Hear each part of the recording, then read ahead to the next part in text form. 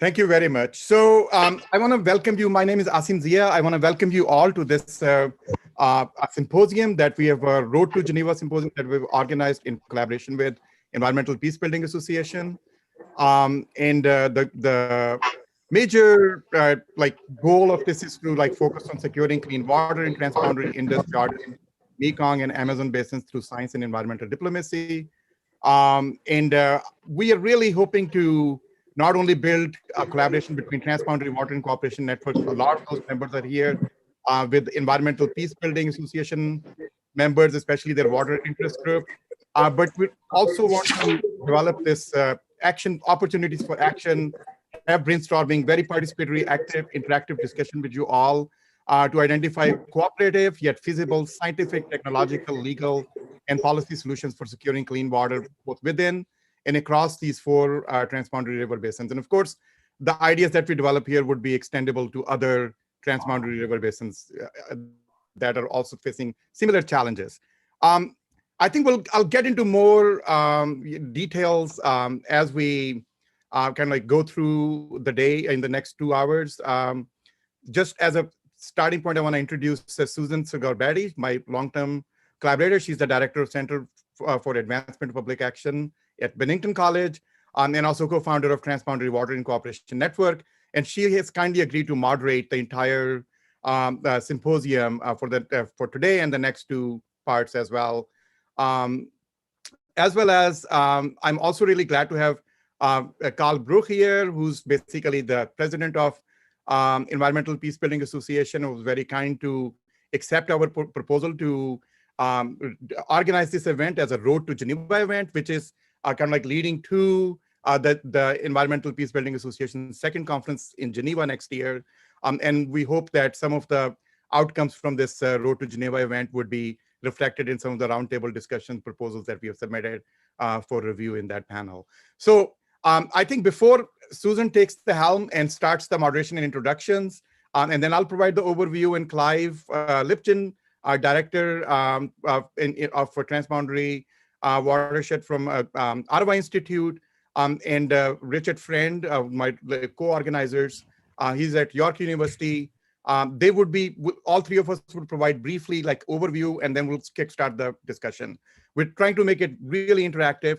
So Carl, it would be really great if you could say, please, I know that you're busy.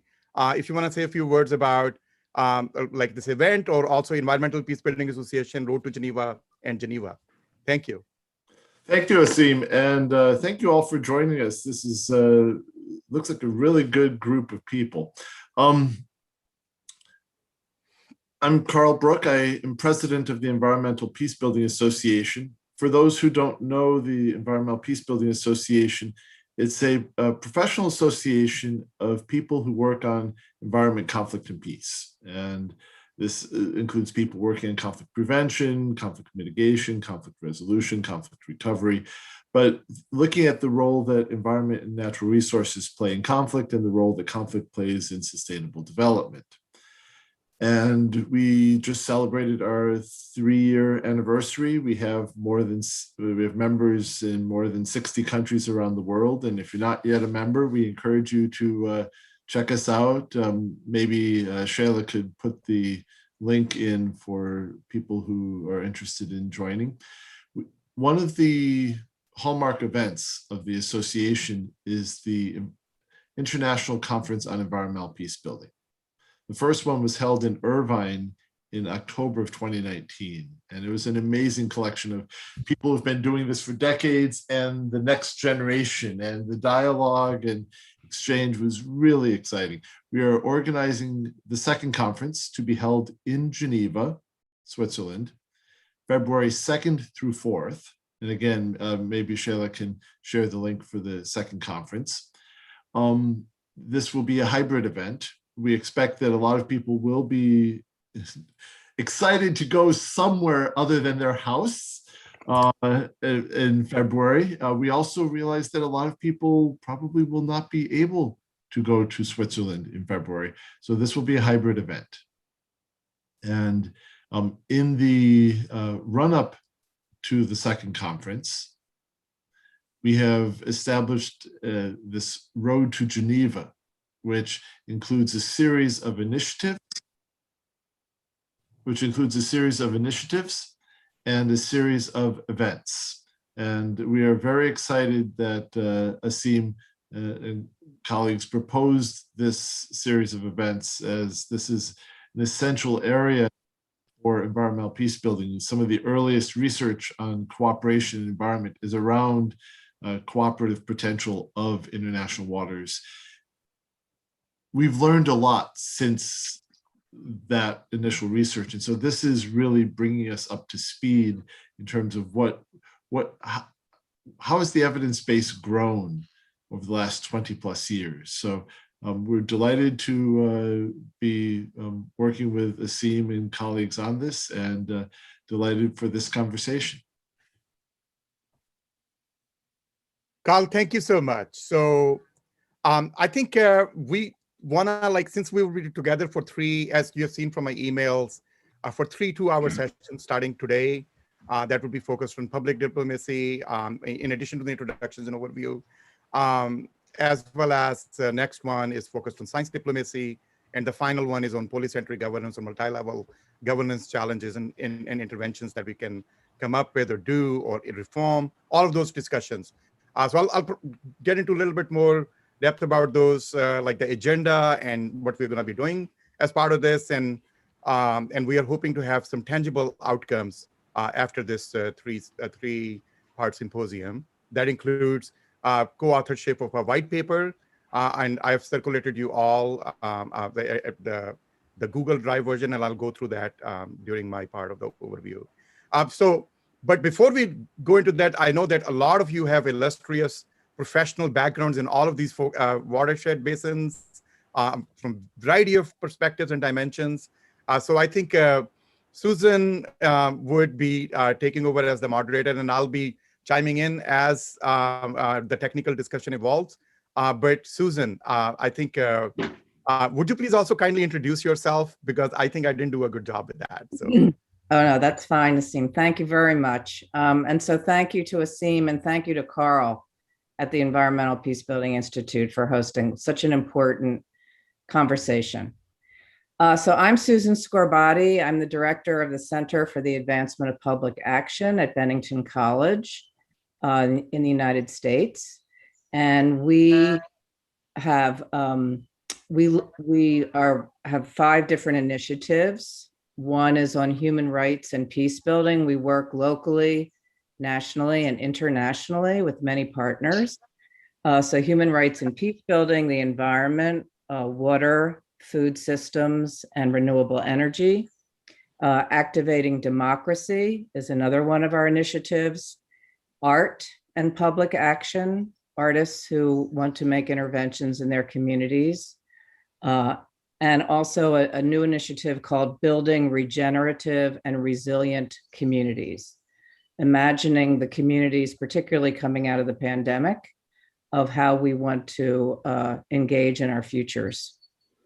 So with that, I'm going to turn it over to everyone for just brief introductions. I think it would be wonderful to hear a little bit about your own work. So we're going to keep them brief since we have a bunch of people on this call, but we really want to hear from you. So I'm just going to go as I see the names on the screens.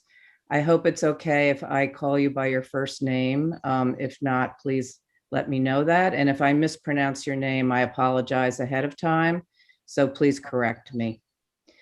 So we'll start with Jordan. Hello, everyone. Jordan Dieni. I am with the Environmental Peacebuilding Association as one of the coordinators. Thank you. Isabella.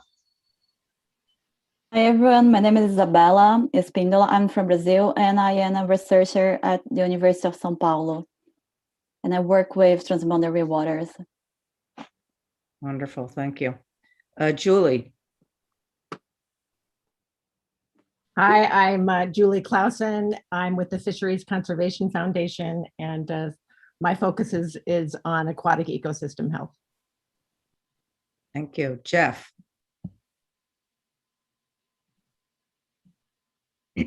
Jeff, I think you need to unmute yourself. Good morning. I'm speaking from Montreal, Canada.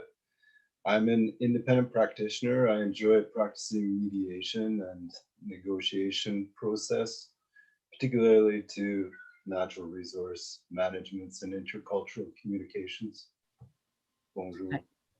Thank you. Saeed? Hi, my name is Saeed Akhtar Khan. I'm from Pakistan. I'm a doctoral candidate at University of Bayreuth, Germany, researching natural hazards and human migration in Upper Indus Basin. Thank you. Carl, would you like to say a little bit about yourself? Sure. I'm also direct international programs at the Environmental Law Institute, where I do a lot of work on conflict-sensitive programming, monitoring and evaluation of environmental peace building, a certain amount of work on water, and the green resource curse. Thank you. Asim, say a little bit more about your own interests and background and work you do. Susan, thanks. So I'm professor of public policy and computer science at the University of Vermont, and I also direct Institute for Environmental Diplomacy and Security, under which we have a variety of initiatives, and one of them is securing clean water in these transboundary systems. And I'm currently serving as a Fulbright Global Scholar for a 2-year stint with U.S. State Department to address these issues and organize a variety of events. This event is part of that series. We'll also be organizing events in UNFCCC COP26. We're also, other initiatives are on food, energy, water security, early warning systems. I'm also currently PI for a couple of NSF grants focused on precision agriculture and as well as water quality and integrated assessment modeling. So it's really a pleasure to have you all participating in this. I'm looking forward to the conversations. Thank you. Richard. Hi. I'm Richard Friend. I'm Associate Professor in Human Geography and Environment at the University of York in the UK. So I spent most of my professional life working in Southeast Asia with colleagues in the Mekong and recently with Clive in the Middle East. Great, thank you. Michael. Thanks, Susan.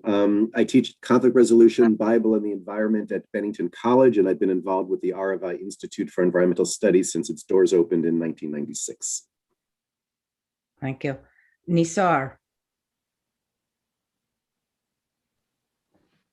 Thank you. I am Nisar Memon from Pakistan.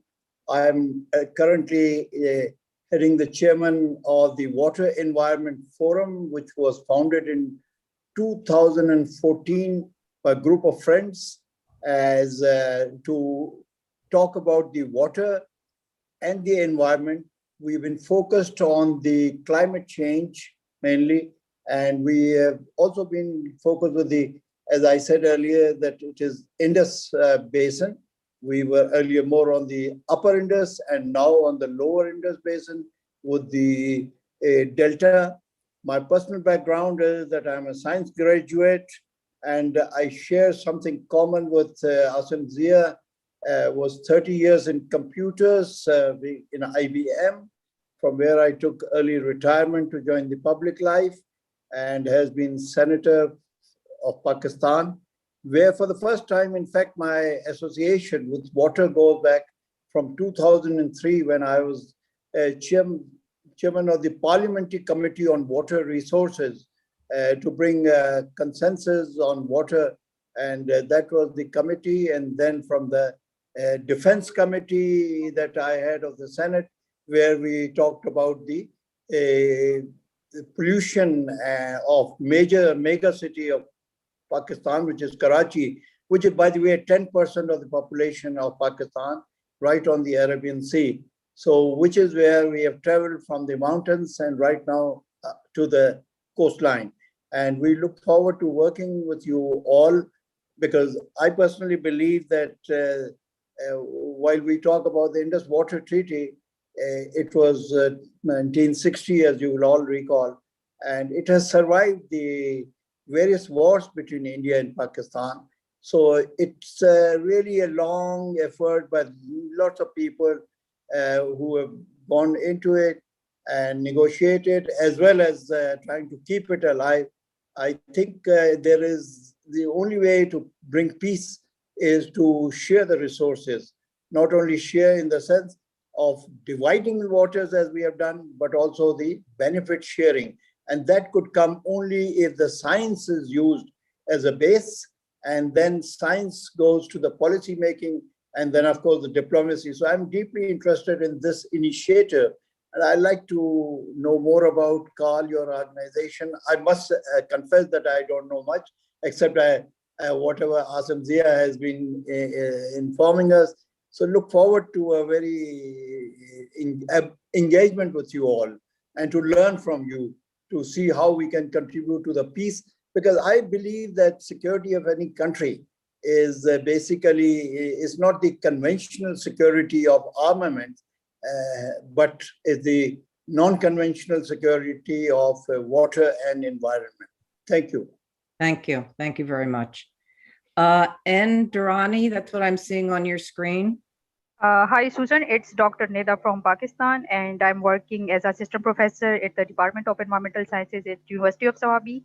And my research expertise are in the water resource contamination and associated health risks. And currently I'm working on a project which is related to the contamination and source identification in the Indus River. And I'm glad to be here with you people. And thank you so much. That's all about me. Sorry, my webcam is not working today. Okay. That's fine. Happy to see you all. Okay. Thank you so much. Thank you. Thank you. Thank you. Emma. Hi, everyone. I'm Emma Spett. I'm a PhD student at the University of Vermont in sustainable development and have done work on transboundary water governance in the Lake Champlain-Richelieu River Basin and have worked quite a bit with Susan and Asim on the Twin project. Happy to be here. Thank you, Emma. Ali?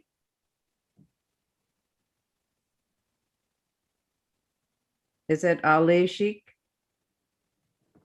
Yes, hello everyone. My name is Ali. I'm from Water Environment Forum, Islamabad, Pakistan. My work is mostly on Kabul River Basin, interested in equitable benefit sharing and looking at specifically on climate proofing of transboundary water agreements. Thank you. Thank you. Stephen.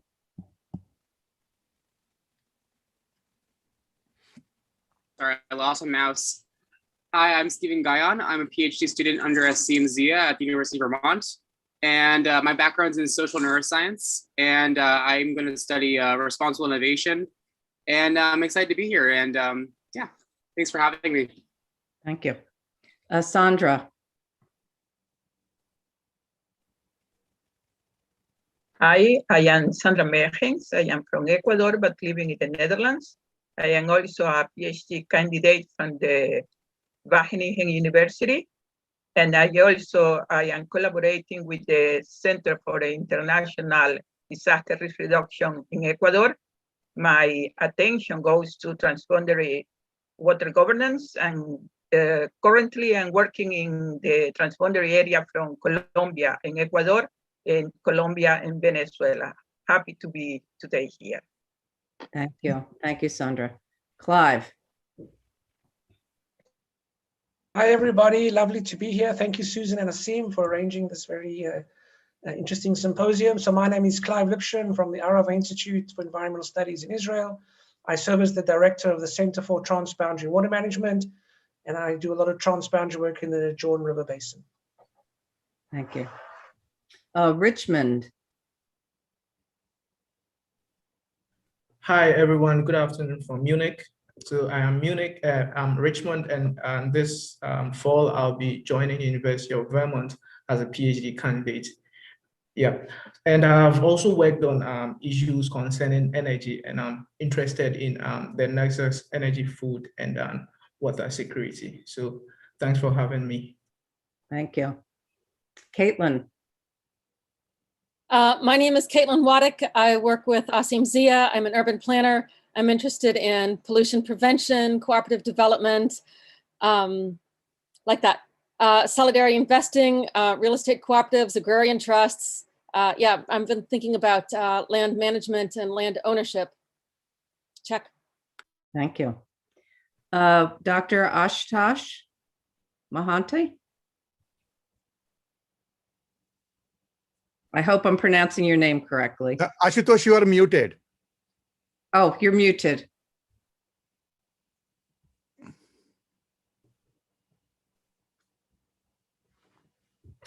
Right, I think you're still muted. Can you hear us? We still can't hear you. Okay, this is Professor Ashutosh Mohanty. I'm from India, and last 20 years, I'm working transboundary river basin management, particularly Indus Basin. I work for the Ganges, Brahmaputra. So I'm the very few person in Asia, South Asia, who work all across all 9 countries in Himalaya. So we are working with a scientist with the EC mode. So we have various publications with the UCL, University College of London and other universities. So I'm working very wide areas, including climate change, disaster risk reduction, river basin management.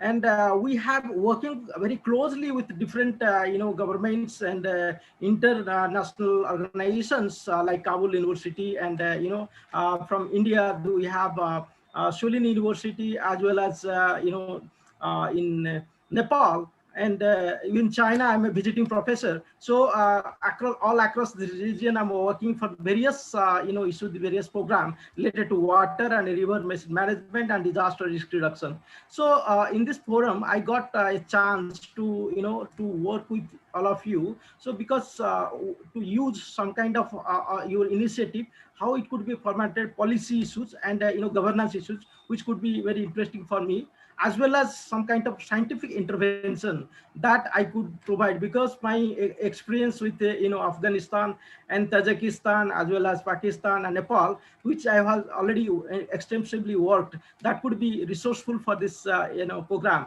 So I'm very much happy, and thanks to Asim Bhai for his opportunity. And we could also contribute a lot, because we have a very big network, all the countries, including Pakistan, Kamsat University and all. So we will work together for a very big, good network, and contribute a lot for this program. Thanks a lot for all the viewers for this program. And thanks, Susan, for giving me opportunity to introduce with me. Thanks a lot. Thank you. Zia. Hi, everyone. This is Zia Hashmi, and I work as head of the Water Resources and Glaciology section in the Global Change Impact Studies Center, which is basically a research arm of the Ministry of Climate Change, Government of Pakistan. I'm basically a water resources engineer, and I work mainly in Pakistan to assess climate change impacts on the water resources of this country. So we all know that water resources in Pakistan are transboundary. So that is why we actually need to look at the regional perspective of the water resources.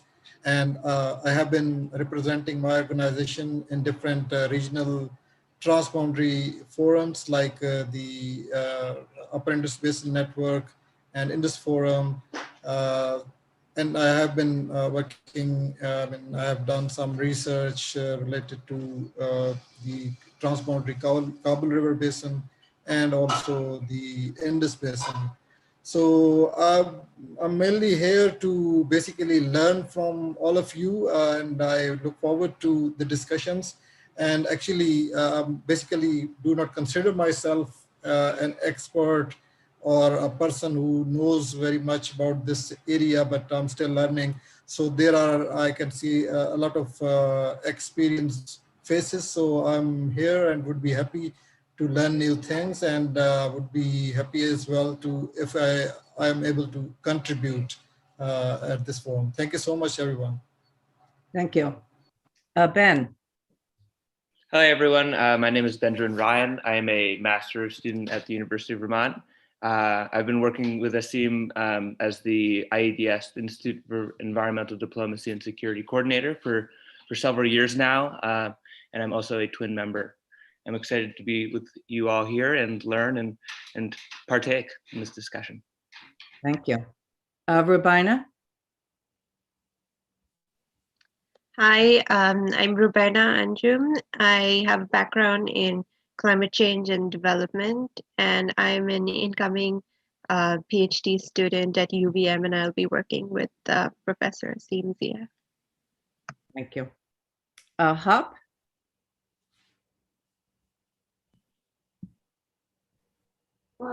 Hello, everybody. My name is Hop. I'm come from Vietnam. I have a master's degree in water and coastal management. I would love, in the future, I would love to do my PhD research related to the water security in Mekong River Delta. And I have contact. I try to contact with Dr. Asim, and he introduced me to attend this dialogue, and I'm very happy to be here to share what I know in Mekong Delta, as well as to learn from all of you. Thank you very much. Thank you. Okay, I'm going to the next screen, so I'm hoping that I will be able to catch everyone that I haven't introduced yet. So once I get through, if I haven't introduced you, please let us know and continue to introduce yourselves. Gemma. Hi, everyone. My name is Gemma Del Rossi. I'm a current master's student at Cornell University. I study the social cost of water pollution related to agricultural systems.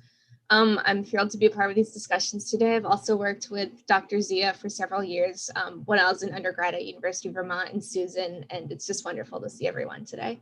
Thank you. Thank you. Michael Schaefer.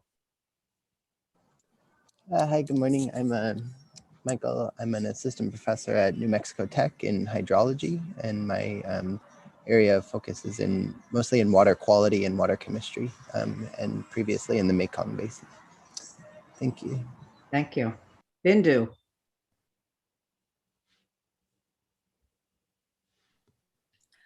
Hi, everyone. I'm Bindu Panikkar. I'm an assistant professor at the Rubenstein School of Environment and Natural Resources at University of Vermont.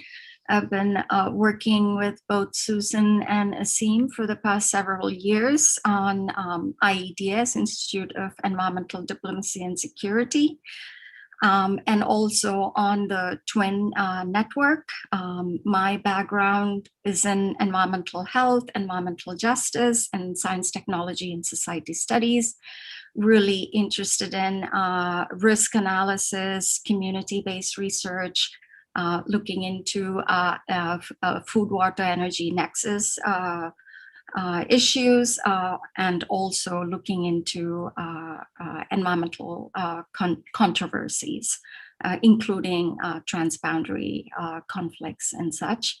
It's really nice to be here and happy to be part of these conversations. That's it. Thank you. Thank you, Bindu. Tirapong. Good evening from Thailand. Tirapong Poman, I'm the director of two NGO, Mekong Community Institute Association, and also Living River Association. We are based in Chiang Mai, Thailand. We work with the local community along the Mekong River in northern and northeastern Thailand about water resource management. Thank you. Thank you. Ibrahim.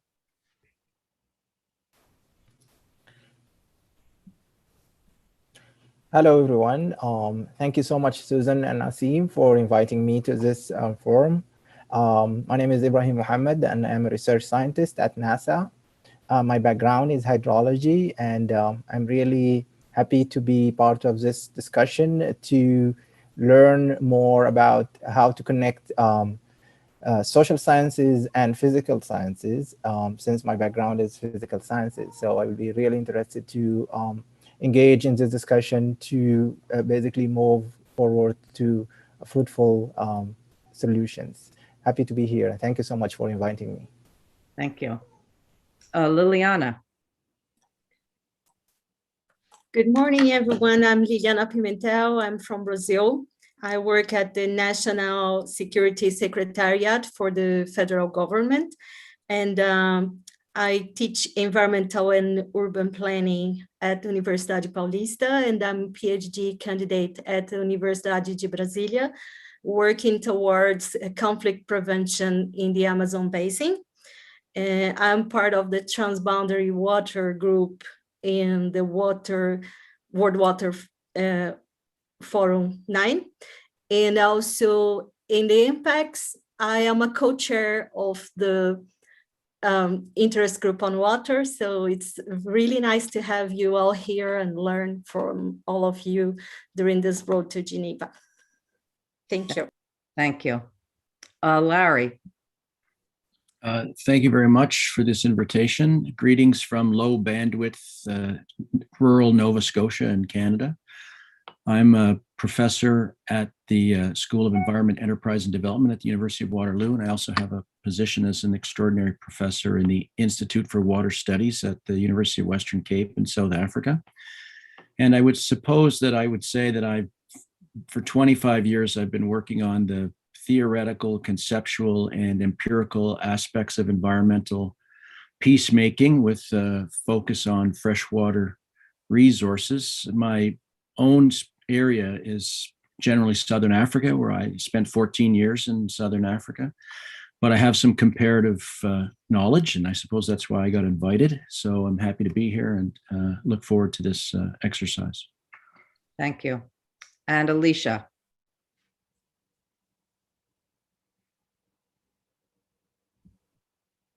Alicia? Okay, I see Alicia's internet looks like it's working, but we're not hearing. So Alicia, feel free to come back if you can get your audio working at some point. Okay, is there anyone that I have missed who has not been able to introduce themselves? Oh, Shayla. Yeah. Hi there, Susan. So my name is Shayla Chowdhury. I'm a research associate at the Environmental Law Institute, and like Jordan, I'm also one of the environmental peacebuilding coordinators for the Environmental Peacebuilding Association. Wonderful, thank you. Okay, is that everyone?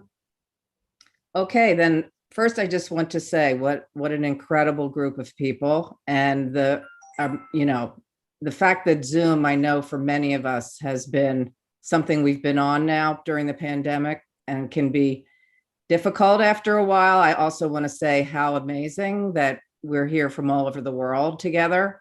So this is like one of the opportunities for Zoom and what we can do. And so I'm very, very grateful for that. So I'm going to turn it back to Asim and Clive and Richard to kind of give us an overview so that we can get into the questions that we want to address and get into our conversation in the second hour. But I just want to briefly say that, Asim, about several years ago, phrased this way of working a network of networks, which I thought was just a wonderful way to think about the way that the possibilities for all of us to work together. And for those of you who are interested in complex systems analysis or complexity, you understand that we can always do so much more together than we can individually.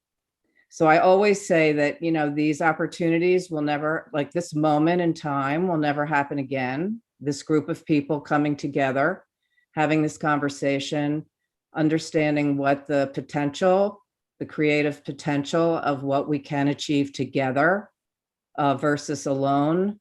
So I just wanted to always remind myself of that, of like the opportunity and the ability to learn from each other in ways that we may never expect. And so I just wanted to remind us that it's a fantastic opportunity to create this network of all of us from all around the world in ways that never could have happened, probably even 10, 20 years ago because of technology. I hope that we will all get to see each other in person at some point. And as Carl said, maybe it will be in Geneva, but whatever, whatever, we can communicate like today. And so I always remember that this opportunity and potential is so enormous, and to see what these possibilities are that we can do when we're working together. Okay, so with that, Asim, I'm going to turn it over to you to also introduce Clive and Richard. I think, so before we launch into this, I just see Salim Ali is joining. Great. I think he is in the system. Salim, we just went through the introductions. Welcome. Yes, thank you. Of course, I'm really glad you could make it. So Salim Ali was the founding director of Institute for Environmental Diplomacy and Security. I'm really glad that he could make it.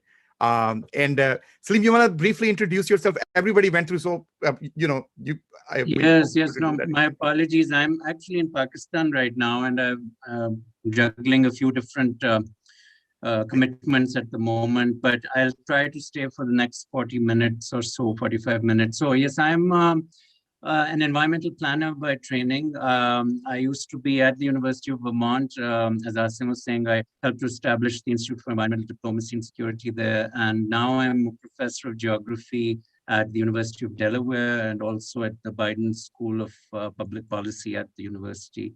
So I've had a strong interest in environmental peace building over the years. I've done work in the Middle East also. I've worked closely with institutions like the Arava Institute, as well as the Eco-Peace Middle East, many of the partners whom you're familiar with. So thank you for organizing this, Asim. Thank you. Okay, so it was really great to see everybody, and as Susan said, that we are doing it virtually, but hopefully, as we enter the post-COVID phase, and the situation opens up, we might be able to. We have a variety of ideas about getting together either in Geneva next year as part of this conference, but it could also be in Chiang Mai or Jordan. So as part of my Fulbright travels, we are going to be organizing a variety of meetings in these different places, in Ecuador, in Israel, in Chitral, in Pakistan. So as we organize these events, I'll try to invite you all in person or by virtually. So this is kind of like a starting of a conversation and synthesizing where we are since the efforts that we've launched in the last 5-6 years on this Transboundary Water in Cooperation Network. So I just want to jump right into it and give a lot more time to Clive and Richard to set the stage. I just want to highlight myself that I sent through all of you a link to a white paper.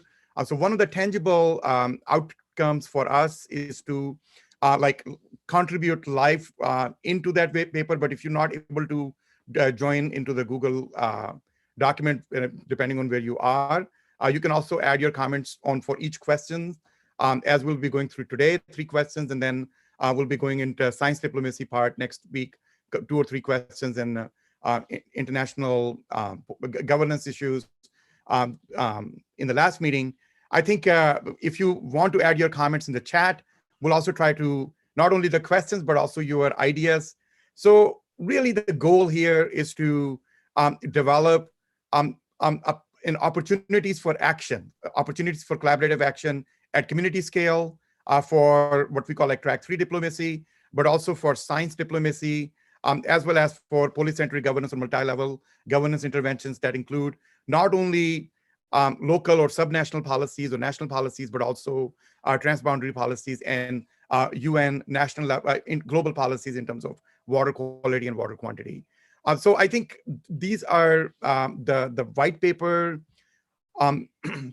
is I sent you all the link, and I'll put the link again in the chat.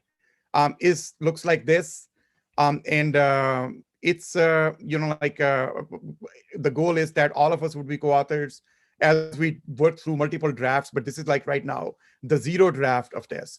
But we did work on the first couple of pages to set the stage for this, and I just want to kind of like some of these issues that about there might be a lot of you here on the table are way more experts than I am in terms of like explaining what is track 2, what is track 3, what is track 1 diplomacy. But like the idea is that these approaches are designed when we want to get out of the vicious feedback loop of natural resource distribution creating conflicts, and conflicts creating more challenges in terms of famines, droughts, migrations.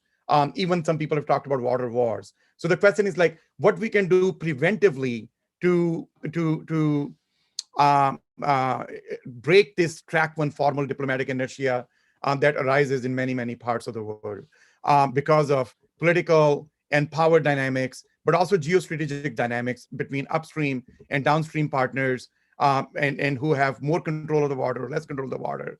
So how we can build cooperation from institutional perspective, from governance perspective, that could really address the real problems that people face in terms of access to clean water and access to water to begin with. So in this, like I sent you this. I'm not going to read through the whole like the white paper, but just setting the stage for this. There's a lot of evidence that environmental diplomacy can set up, can be successful in addressing these problems, but we need to really figure out a way to scale this up to the transboundary water systems from highlands to oceans. So as part of this work, recently we have launched a Highlands to Oceans initiative, and many of you were part of that proposal that we submitted to NASA and National Science Foundation. But we also want to build off of the ideas that we drive and come up with or develop a consensus about our track 3, track 2 public diplomacy and science diplomacy interventions in these regions, and use those opportunities for action to develop next generation programs and projects that we could all collaboratively work on and actually make the difference in the real world. So this symposium is really a goal to put together our heads and think about where we are, where we want to go, what are the opportunities for collaborative action in terms of community-based action as well as in terms of science diplomacy. So what we did was, I'm probably Clive and Richard are going to say a lot more about the context for each one of those systems, and that's also one of our questions that we're going to discuss.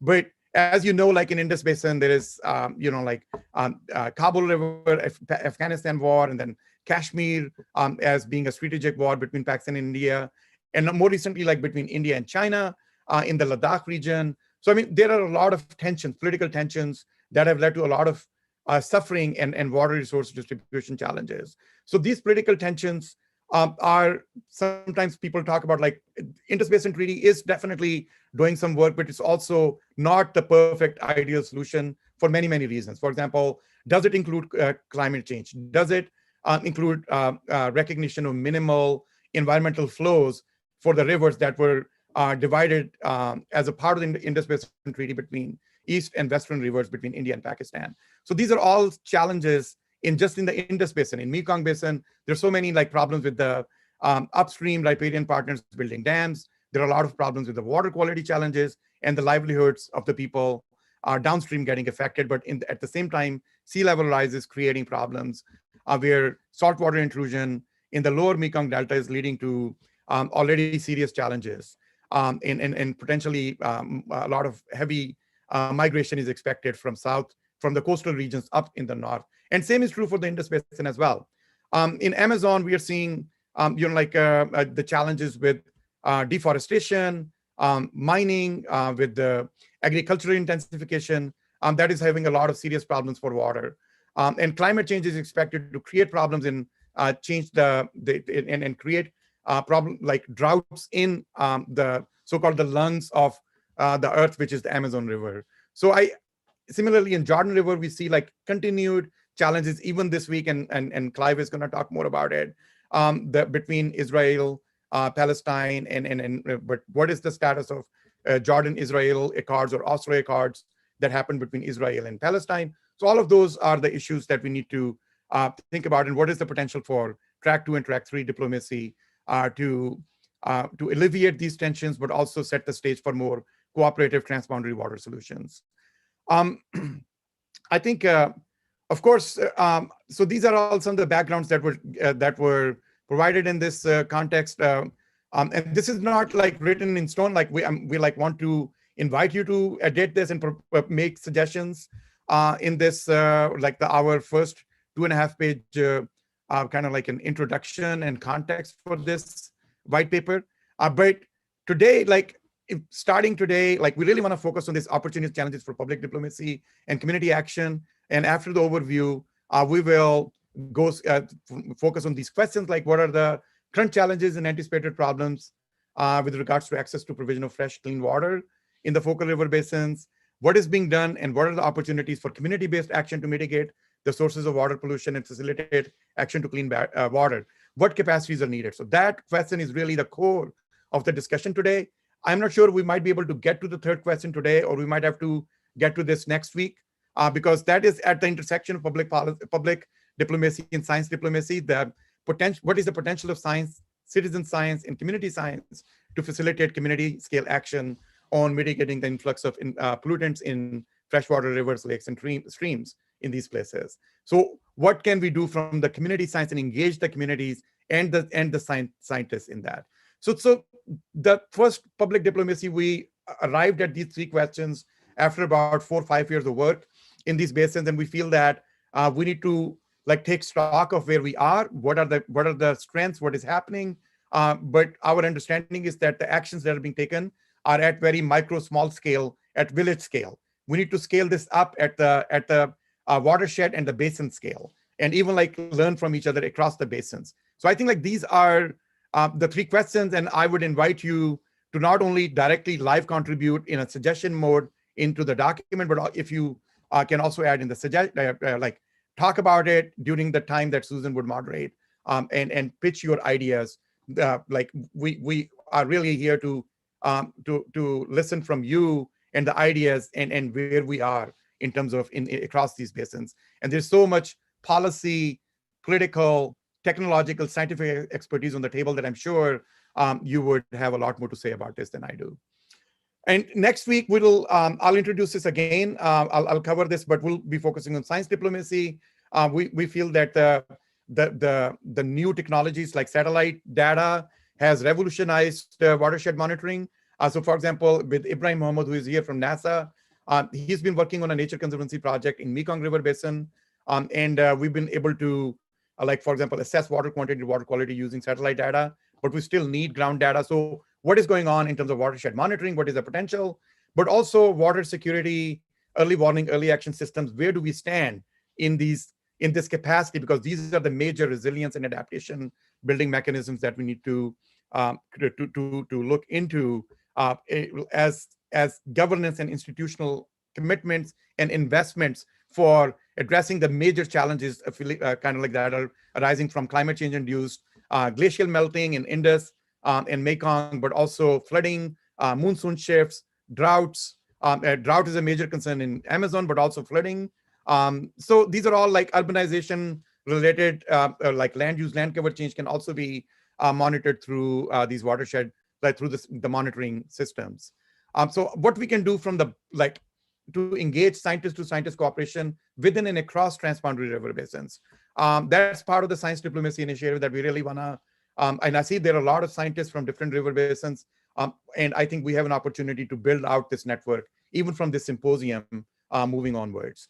And then in our work, what we found is that the indigenous knowledge and wisdom that is where these people have lived with this changing climate for millennia in these civilizations, I think they know how to adapt and how to have that social capacity to survive in the face of all of these challenges that we face. So I think and what to do in the face of migration or not, or when people move around because of the scarcity of water. So I think that the integration of indigenous knowledge with scientific knowledge has emerged as a major challenge in science diplomacy, and we want to have some conversation on that as well. And finally, polycentric governance. I just want to point out that this is an emerging area. Like the term might sound like mouthful, like polycentric governance. We can also say multi-level governance, but the idea here is that if you take actions at local scale alone, that local scale action is not going to necessarily be effective if, for example, the national or the transnational rules or policies or norms are not in sync with what you're doing at the local scale. And same applies to the opposite. Say, you can have a lot of action taken at the transnational scale, but it would be very ineffective if the local scale or the national scale policy is not in coherence with the transnational scale. So polycentric governance basically is a way to understand like how these cross-scale policy integration can take place. And that's where we need to have a discussion about it in the sense of the existing, like how effective and equitable are the transboundary water treaties in the focal river basins, both like the Indus Basin, Mekong River Commission, the ACTO in Amazon, Israel, Jordan, also like Oslo Accords between Israel and Palestine. So all of those are like, I think, like transboundary mechanisms, but at the same time, we need to critically evaluate like how these treaties account for the risks posed by climate change. Some of them were decided or set in motion in 20th century when climate change was not as recognized a risk.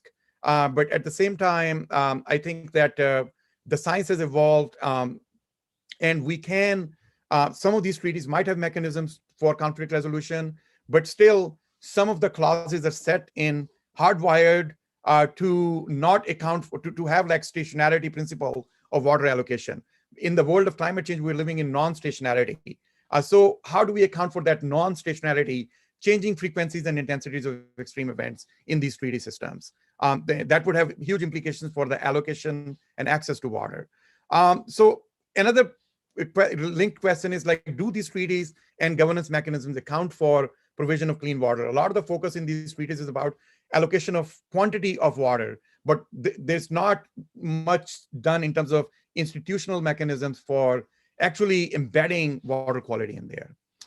And what kind of innovative polycentric governance approaches can we apply at national and subnational levels? That includes the role of private sector, public-private sector. And we have also found that in our analysis of the successful partnerships and cooperative solutions to these challenges, that social entrepreneurship, where communities take ownership for adopting the technologies that are that they feel they are comfortable with in terms of applying, that are consistent with their indigenous knowledge and context, as opposed to one-size-fits-all solution that is being promoted by top-down approach or national to top-down approach, does not necessarily work, but rather it can have side effects and unintended consequences that could actually backfire and lead to more increased water security challenges. So I think like these are some of the discussions in terms of like how we can come up with innovative polycentric governance mechanisms that integrate civil society, private sector, and public sector into this.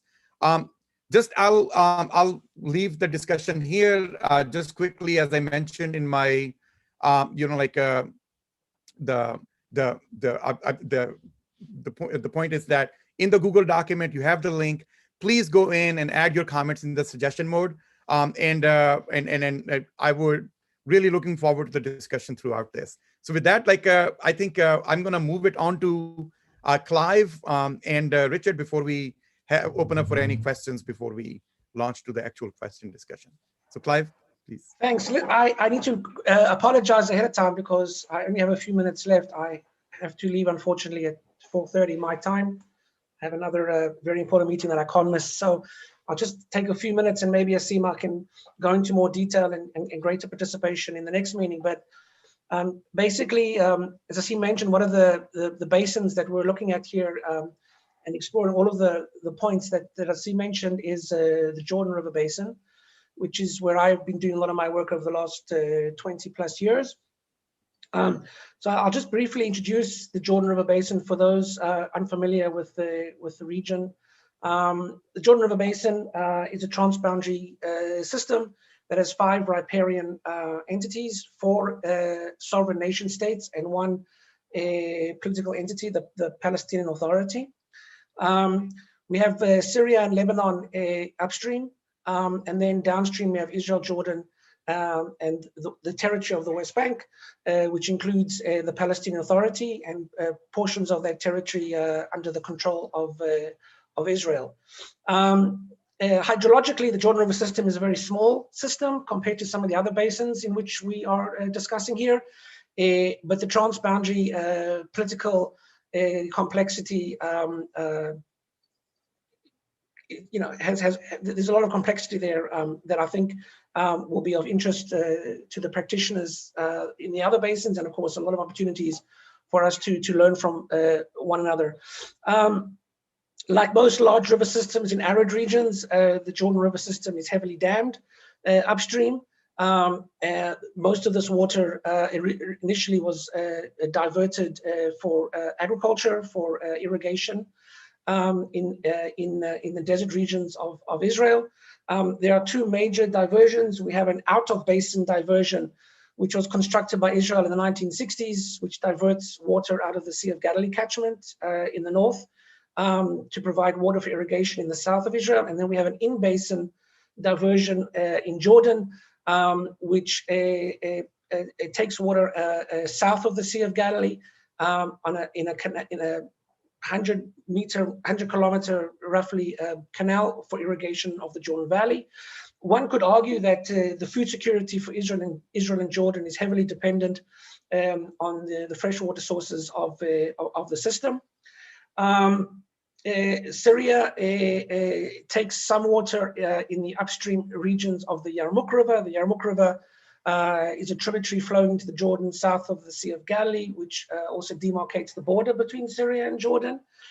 So there are some diversions for Syria, also for farming, and there are some shared infrastructure projects on the Yarmouk between Syria and Jordan. The Palestinians in the West Bank do not have any access to the Jordan River system because the eastern border of the West Bank in the Jordan Valley remains under Israeli control up until this point. So freshwater access or freshwater allocations to the Palestinians at the moment is zero. Lebanon takes a very small amount of water in the upstream catchment of one of the tributaries feeding into the upper Jordan, which is the Khatz Bani, mostly for small-scale irrigation in southern Lebanon. The most important riparians of the basin from a transboundary perspective and also for management of the system is Jordan, Palestine, and Israel. As a consequence of the heavy dammings and both the large-scale out-of diversions by Israel and the in-basin diversion of Jordan, the flow rate of the lower Jordan River, which connects the Sea of Galilee to the Dead Sea, which under natural conditions, which more or less ended in the 1950s, was about 2 billion cubic meters of water per year. Today, the annual flow rate of the Jordan reaching the Dead Sea is about 10% of that natural flow rate. So we're looking at about 100 to 200 million cubic meters of water per year, which is what flows into the Dead Sea. The environmental consequences of these out-of-basin and in-basin diversions for anthropogenic use is that we have a huge ecological challenges in the Jordan River system itself, which of course, beyond the small hydrological footprints of the basin, I'm sure many of you on the call understand the very important international significance of the Jordan River system for the world's largest Western monotheistic religions, Judaism, Islam, and Christianity. The Jordan River system is considered to be the site of the baptism of Jesus. And so for faith-based peoples around the world, the system has huge spiritual significance, even though hydrologically it's nowhere near the size of the Mekong or the Amazon basins or some of the other systems that we are discussing here. The Dead Sea Basin, which is a terminal lake, meaning that there's no outflow of water from the Dead Sea to the Red Sea, which is about 200 kilometers south of the Dead Sea. And the consequences of these diversion projects is that the Dead Sea Basin is shrinking at an alarming rate. We are seeing the water levels drop over 1 meter per year on both the western and eastern shorelines.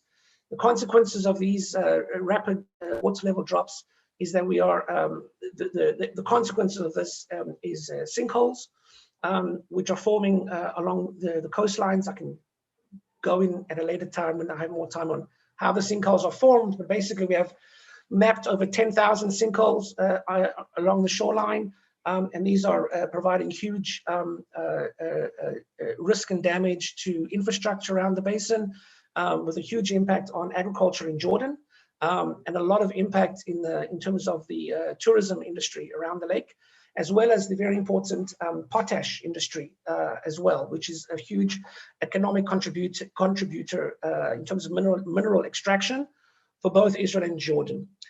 So that's the standing on one foot introduction to the basin.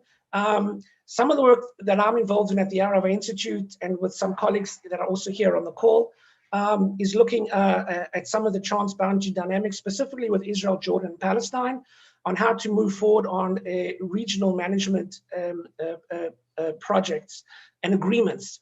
So at the moment, there is only one agreement, which is the Israel-Jordan Peace Treaty, which was signed in 1994. So this is a bilateral treaty, which involves the two most significant riparians in the basin. And that treaty basically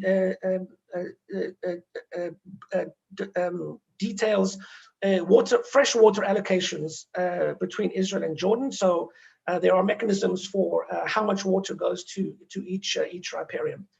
In terms of the Palestinians, given the fact that this is a non-state actor, entering into agreements that involve sovereign states and putting into place international mechanisms is challenging. There is the agreement that was signed by Israel and the Palestine Liberation Organization in 1995, the Oslo Accords, which I'm sure some of you are familiar. In the Oslo Accords, there were also a series of water agreements, mostly revolving around groundwater. So we haven't really spoken about groundwater, but groundwater, of course, is hugely, hugely important, and I'm sure it's just as important for many of the other basins in our discussions. The Oslo Accords do not in any way deal with surface water allocations from the Jordan River system, even though there was, most significantly from the Oslo Accords, was the recognition of Palestinian water rights to the basin, but no quantification of those water rights.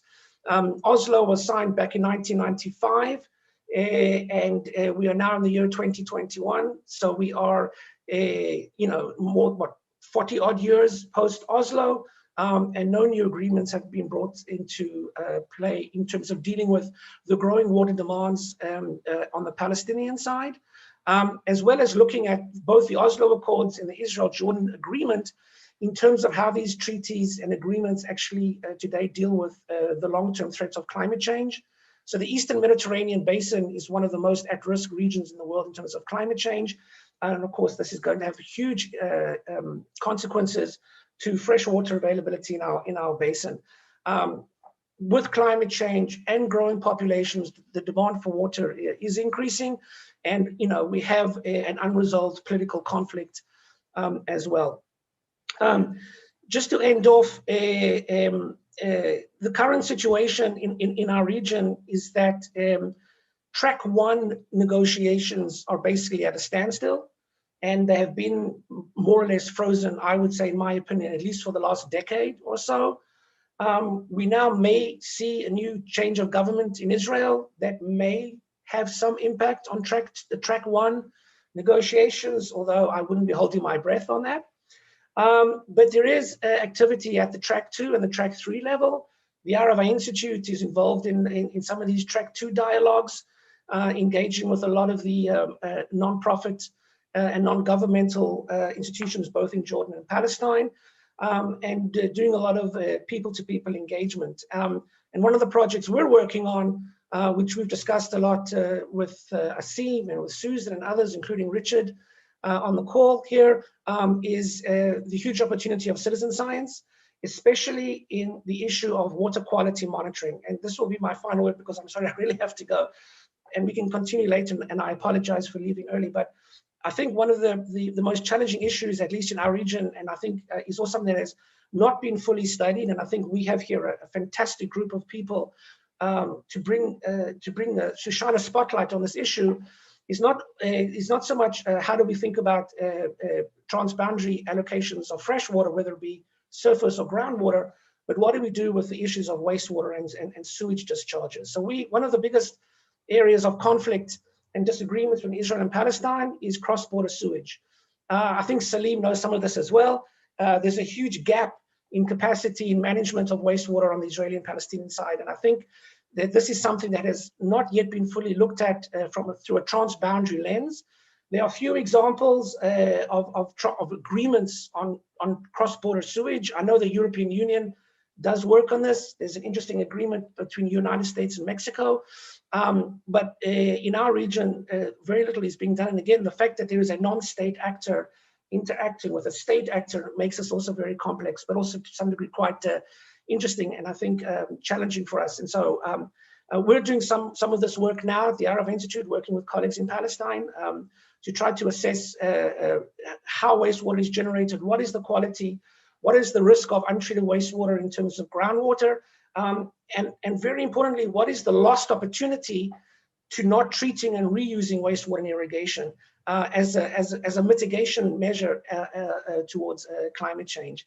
So I'm going to stop at this point. I do need to apologize, but I have to run for another meeting, which is going to start at 5. So I'm going to sign off.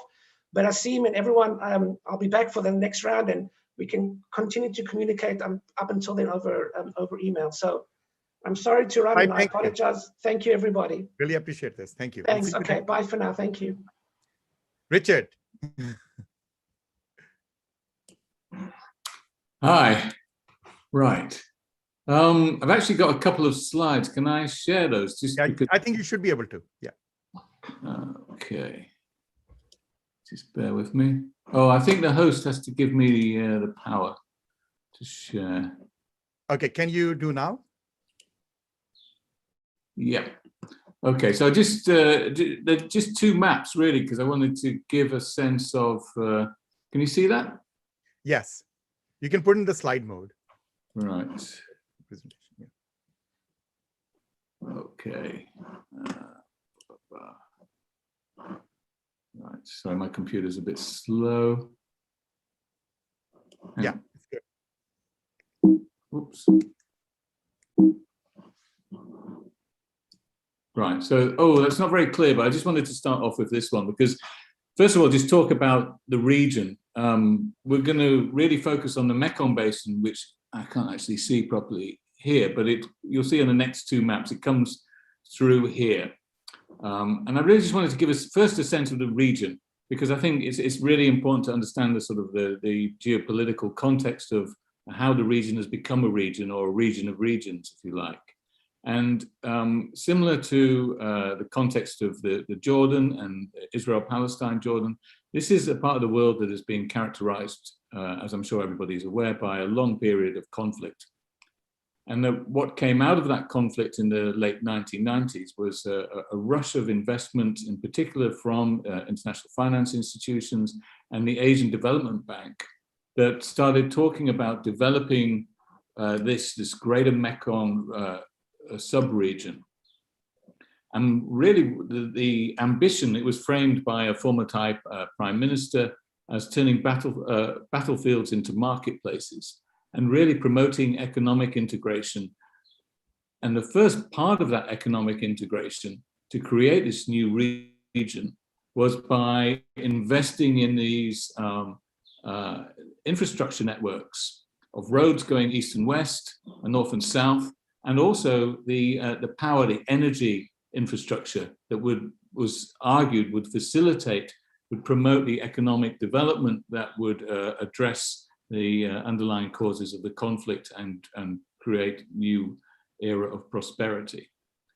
Okay, so I just wanted to just give a little bit of context to this region. And so it's a region that's been marked by conflict. It's a region in which the borders of the countries has changed through time. And some sort of groups have missed out, because it's also a region of huge ethnic diversity. Right. So we also have these issues of scale, sorry. I should have said at the beginning, so Clive and I organized a sort of an exchange visit between colleagues in his region and in the Mekong region. And, the scale of the Mekong is really, very, very impressive. I thought it would be useful to focus on this issue of hydropower for a number of reasons. And I've taken these slides from the Stimson Center that has maps of hydropower development in the Mekong. Oh, I should point out, so when we're talking about the Mekong, so it's a bit clearer, well, maybe on this one on the right. So this is the Mekong Basin. So it includes, this is a sort of lower basin. So it's parts of Yunnan in China, Myanmar, Laos, Thailand, Cambodia, and now Vietnam. So, you know, large countries. Oh, and also it's a region of the world that produces a large amount of food for global food supplies. So Thailand, Vietnam, huge producers of rice that go all around the world. I'm sure some of us are eating Thai, Vietnamese rice. And also fisheries, aquaculture, and fruit and other products as well. So, you know, it's a very productive agricultural region, and one that serves international markets and international needs. Okay, so just say a little bit about hydropower. I don't want to just talk about hydropower, but it is really, really significant for a number of reasons. In many ways, the way in which water has been framed has been in terms of its hydropower potential and the potential for a large infrastructure to manage and deliver benefits from water. And of course, this large infrastructure requires large amounts of investment. States alone can't do it.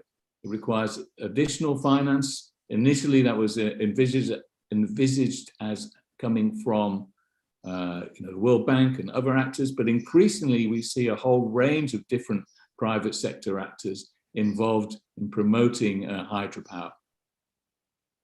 So and I think one of the characteristics of the sort of the water challenge in the Mekong is this propensity, this fondness for large infrastructure solutions that require states, require these diverse actors at that scale to solve or to address water challenges.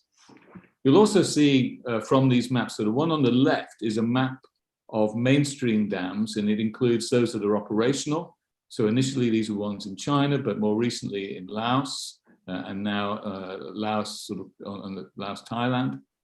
So you've got operational dams, planned dams, dams under construction. So you've got a whole series of dams that are being developed or are operational. Many of these dams, actually, interestingly, that the original plans, the original siting of these dams dates back to the US engagement in the region, which you're all familiar with, in the late 1950s, as part of US's campaign to win hearts and minds. Well, yes. So they're old plans, old technology being revitalized in the late 1990s. And there's a lot of dams that are managed. Essentially, this is a cascade of dams across the basin, but they're managed independently as discrete independent projects, hydropower projects. So, yeah, so that's on the mainstream. Sorry, I lost my cursor. Right, if you move over to this one, this is a map of dams on tributaries. So as well as sort of these large dams on the mainstream of the Mekong, you've got this whole range of tributary dams. So there's a real frenzy of hydropower development. Lots of questions about the demand for this energy, where it's all going to go. But you also have this situation where many of the dams, say in Laos here, are designed to produce energy that then is exported to other countries. Okay, so you've got lots of tensions, sort of upstream, downstream tensions. And these upstream, downstream tensions are not always as you might expect. So for example, I don't know if you can see me moving the cursor. Is that all right? But if you look down, okay, so down here, this is a tributary system of the Mekong, and the sources are in the central highlands of Vietnam. It's the Sekong, Se San, and Srep Pok rivers, often referred to as the 3S river system. So they all originate in central highlands. The Sekong goes through Laos, the Se San, Srep Pok go through Vietnam, Cambodia, and then join the mainstream here. So the 3S is a major contributor to the overall flow of the Mekong, the mainstream. And of course, Vietnam is often seen as a downstream country, and it presents itself as a downstream country. But in many ways, it's also an upstream country, because a lot of the dams that are being developed here in the Central Highlands are in Vietnam. So, you know, these upstream, downstream dynamics can be a little bit more complex than we might imagine.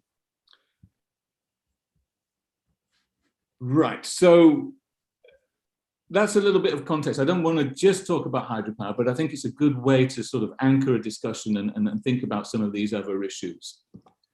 And it also highlights some of these challenges of scale. And of course, you know, there's propensities for infrastructure solutions, as well as the sort of the hydropower development. We've also got plans for diversion schemes and other things. So there's a lot going on within the Mekong. And again, the states largely engaged in infrastructure-based approaches. So this gets us onto sort of, you know, the governance challenges, the transboundary governance challenges. And we've mentioned the Mekong River Commission. So this was an organization that was initially set up by the US in the late 50s. During the conflict, during the war. It was dormant. It was revitalized in 1995 with the 1995 Mekong River Agreement. And this is the subject of a lot of discussion, a lot of debate. So, you know, I'm just going to put it out there as my own personal take on this. So the Mekong River Commission is an organization that brings together Laos, Thailand, Vietnam, and Cambodia. China is not in the Mekong River Commission, and nor is Myanmar. They have observer status, but most significantly, China is not a member.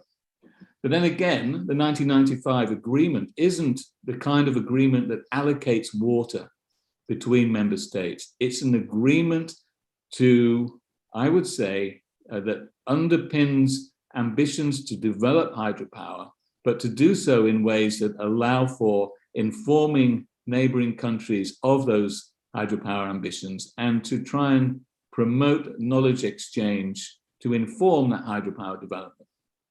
So it's already, in my view, it is an agreement that is really grounded in this old 1950s kind of approach to water resource governance and management, infrastructure-based, and it's really about how to sort of allow the countries to do what they wanted to do, but to do so with in ways that allow for sharing information. So it's not a governance, a governing kind of structure. It doesn't approve or a dam project. It doesn't have that legal mechanism. It doesn't have that mandate to do that. And in many ways, there were expectations that the MRC would be a river basin organization. And there was a period when it promoted itself as such, but it doesn't really function in that way. Which then gets us onto this sort of whole question about knowledge as well, which I think is really, really critical. So one of the things about hydropower, of course, is that hydropower there's not much debate about this, hydropower has an impact, hydropower development has an impact on freshwater fisheries. It blocks migration routes, it blocks flow, it blocks sedimentation flow, blocks river flow, it changes the sort of the whole hydrology of the system, particularly when you've got this scale of development. And Mekong Basin is one of the most productive fisheries in the world. It provides a major source of animal protein in people's diets, often in people's diets who are very poor in protein and poor nutritional status. And the fact that hydropower impacts fisheries has never been debated. The MRC itself has commissioned a series of studies to assess the likely impacts on the fishery that are coming up with projections of reductions in production of around 40 to 60, 70%. So these are massive, massive projections. And there's been 20 plus years of research going into identifying the value of the fishery, the importance of the fishery, and the likely impacts of dams on the fishery. Much of this research commissioned or supported by the MRC. And yet, this knowledge has not influenced the pace or scale of hydropower development. So when we're talking about knowledge and we're talking about data and evidence, we have to understand sort of political dimensions, the political dynamics and the power dynamics of what knowledge counts, whose knowledge counts, and to what extent knowledge really influences these very politicized decision-making processes. And that also has dimensions in terms of how the states relate to each other, because there's also real tensions about sharing data, sharing information between the member states of the MRC itself, and obviously between China and the member states, which is part of the reason why the Stimson Center has developed this tool and this monitoring of water flows and dam development.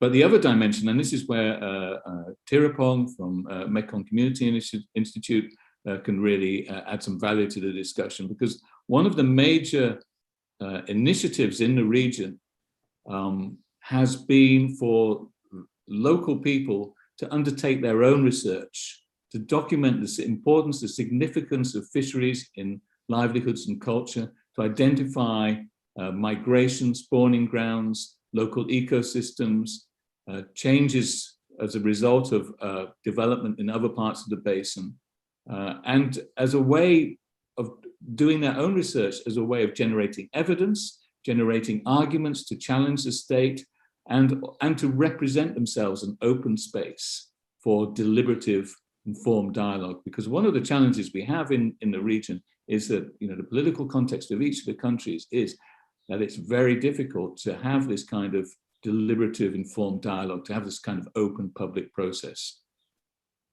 So there's a really critical role for citizens to engage in this process. And Tirapong and colleagues in Thailand and elsewhere now have a network that goes back over 20 years of villages in some of these key basins. So this is the Moon River Basin, northern Thailand and the Lao border, Myanmar border, and colleagues in Cambodia. These are villagers doing their own research, part of a network supported by Mekong Community Institute and other colleagues, and generating a huge amount of data and evidence, and building their own sort of collaboration and their own learning networks across the basin. So I think this is a really significant, important model of how we can engage, the role that citizens might have, and the role ultimately of knowledge, of information, and producing knowledge, how it can shape and ultimately, ideally, to restructure and reorient large development ambitions across such a complex transboundary basin. Yeah. Thank you, Richard. So this is really great introduction to the overall like Mekong Basin system, but we see that these similar problems are in Indus Basin and Amazon with the hydropower development. We did not go into like in each of the case study areas.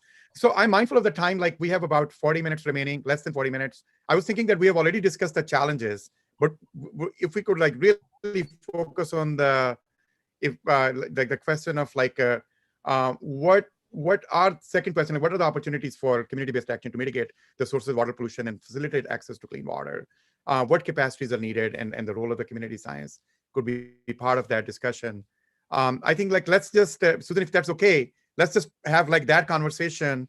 But if anybody wants to bring up any challenge that we have not discussed so far, that is also fine. Like, you know, so we can cover all of these three. And if there is any leftover discussion that we want to have, we can start next week's meeting with this conversation as well. So I would suggest like, let's open up the floor to, you can raise your hand or just jump in. But since Susan, you're moderating, so I mean, I'll have you do that process. But I just want to say that just an adaptation in the interest of time that we move on to this part of the conversation. Thank you, Asim. Yes, so I'll read the second question again. What is being done and what are the opportunities for community-based action to mitigate the sources of water pollution and facilitate access to clean water? And then what are the capacities that you're seeing are needed by our communities? And then feel free to also talk about the challenges with the opportunities. In other words, what do you think now are ways, you know, I think Richard just brought up with Tirapong's work of how citizens can get more and more involved, it sounds like, and how important the voices, the knowledge production of our communities, how important they are, and how do we connect that with citizen science in the areas that you're working in. what do you see those opportunities? So feel free to use the chat.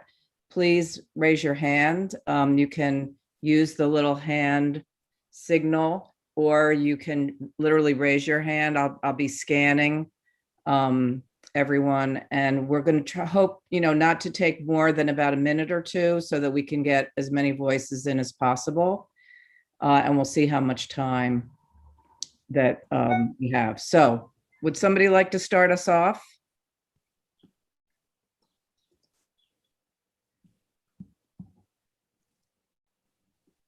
So while we are waiting for people to make up their mind, I see Nisar Memons, Senator Memon, I think you want to go, and then also saw from Larry Sabatuk.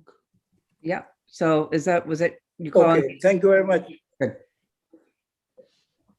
Thank you. I think just before we move to the second question, I would just like to add that the challenges that were described in the other in the different Mekong and Jordan River basin are quite common to the Indus Basin too. I'll just leave it to there because whatever has been spoken need not be repeated, but challenges are pretty common, and therefore whatever the solution that we work out in one area will also be helpful to the other areas, other basins too.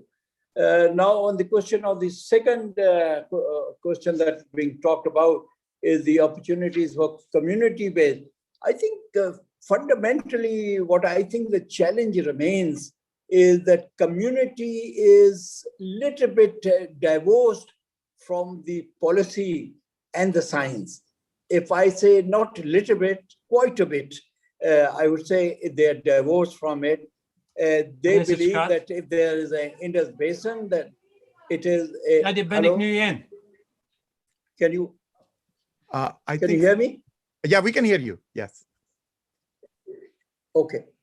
So as I said, the community is away from it. Therefore, what is really needed is to establish the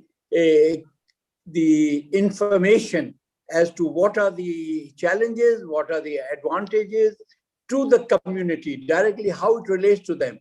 And that could also lead us to the curriculum in the schools. I'm not talking of the colleges and universities, because that's where a community could get involved.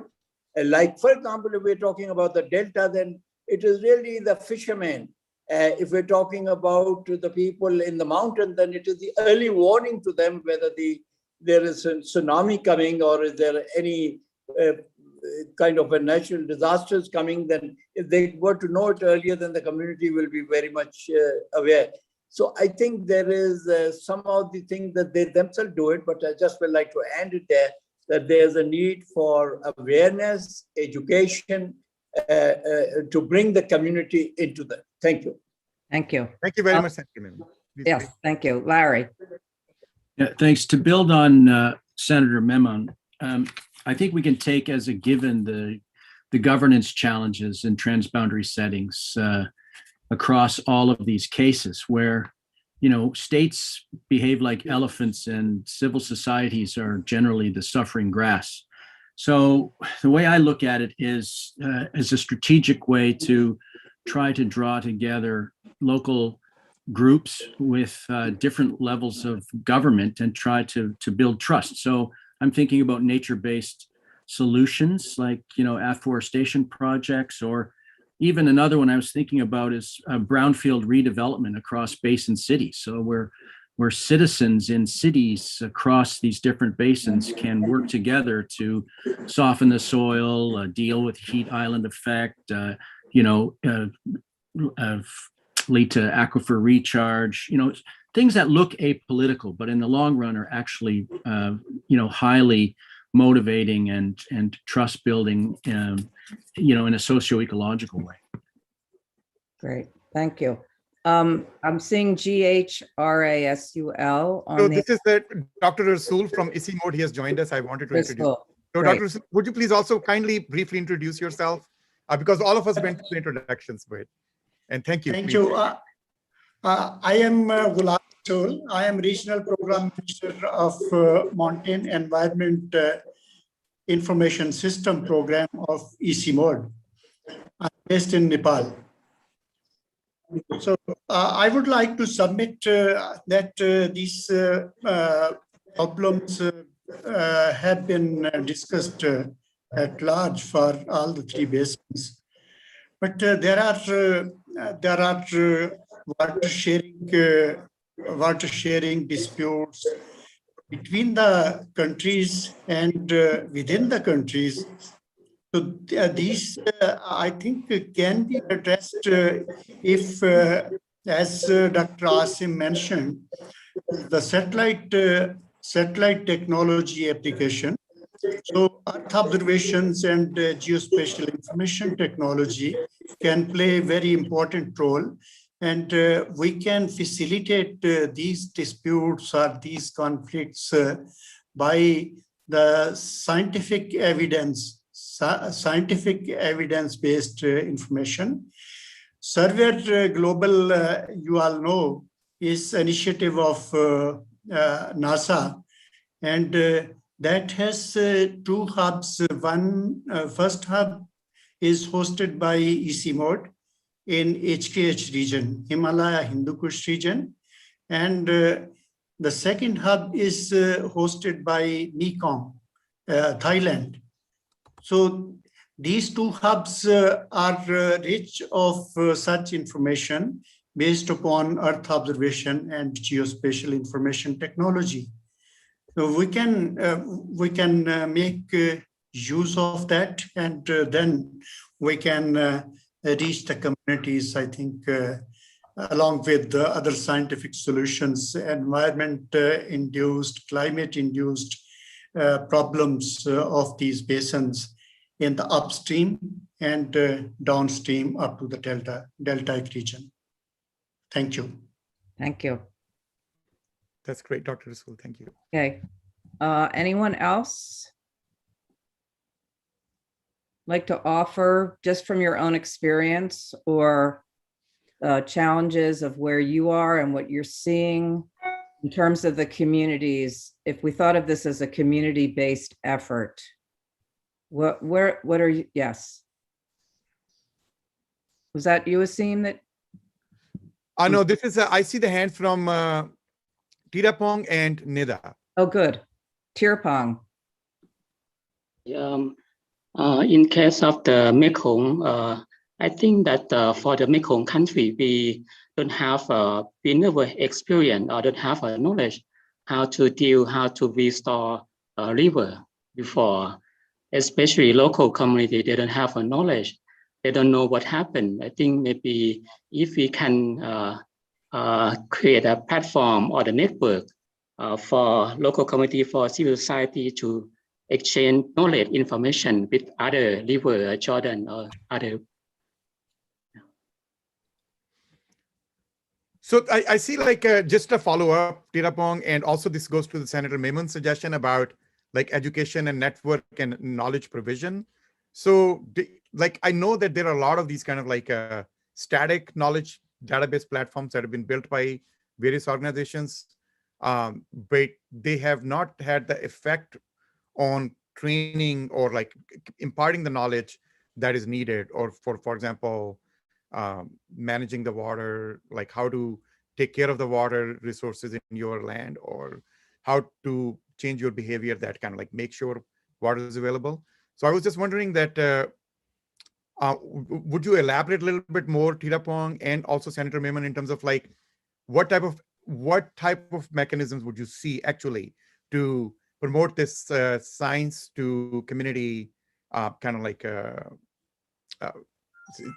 science to community interaction in a sustainable, continuous fashion, but also from community to science as well, because scientists also need to know what community needs are so that they can actually focus their platform knowledge base onto that problem. Yeah, I think there are many research have been done, but local community don't have access, don't understand, cannot use that kind of knowledge. So I think the research, the Taiwan or villager research can translate, maybe we can do the platform or network about the local community research and scientific research. And yeah, the knowledge across the different network, local community don't know, don't have access. But the problem, the practitioner or the people who have a problem are local community. How can we make the network or make the local community can access to those information? Yes, good point. I know Dr. Durrani's been waiting. I think it's Neda. Yes, thank you so much, Dr. Susan. I would like to add 2 or 3 points when it comes to the water resource management or other kind of natural resource management. The first of all, if we want to develop a capacity of a community towards the water resource management, I think first we should develop the sense of ownership regarding those watersheds, those forests, and all these the natural resources. So they will feel like these all things belongs to us. They will protect it and would manage these resources in a sustainable way. The second thing, the point which could be could build their capacity is the inclusion of their indigenous knowledge. Okay, sometimes we speak to them in a scientific way, which they do not understand. Okay, and we should, I think, respect their indigenous knowledge when it's come to the solution. Okay, and the third point is that we should work on raising their economic well-being. If they are poor, they do not care about the natural resources and their proper management. So these are the 3 points which I think should be when we want to build the capacity of the communities. Yes, thank you. And I'm noticing in the chat that Richmond and Hop have also talked about the importance of dialogue and how do we, I think as Dr. Durrani's bringing up too, how do we think about scientists or the evidence being translated or being in dialogue in ways that we get the knowledge of our indigenous communities. Yes. So these things are not kept, right. They're not kept so separate, but we need to really develop the structures to make sure that these things actually happen. We don't just talk about it, but that they actually happen on the ground. So it seems like the responsibilities of the scientists to really embed themselves in communities to really understand what's going on and to transfer the ability for communities to take over their own research. Sandra, you had your hand up. Yes, thank you. Talking about the dialogues between Colombia and Venezuela, we have a last event 1 week ago, because we realized that in places, transboundary places where the state have less control, the university, the academia can play a role, important role, to be close to the communities that they are far to be influenced by the central governance,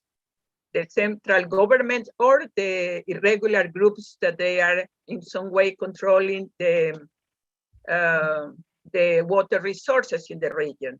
So we are using as a strategy, especially to build up the water governance concept from the territories, special of specific events in several transboundary areas where the central government is not present.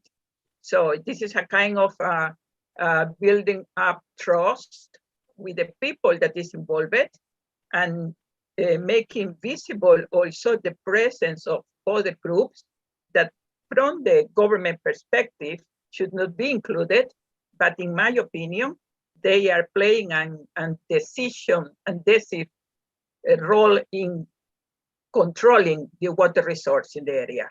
So because I am working on polycentries in transboundary areas, I feel that we need to include these groups, even if they are not legally recognized.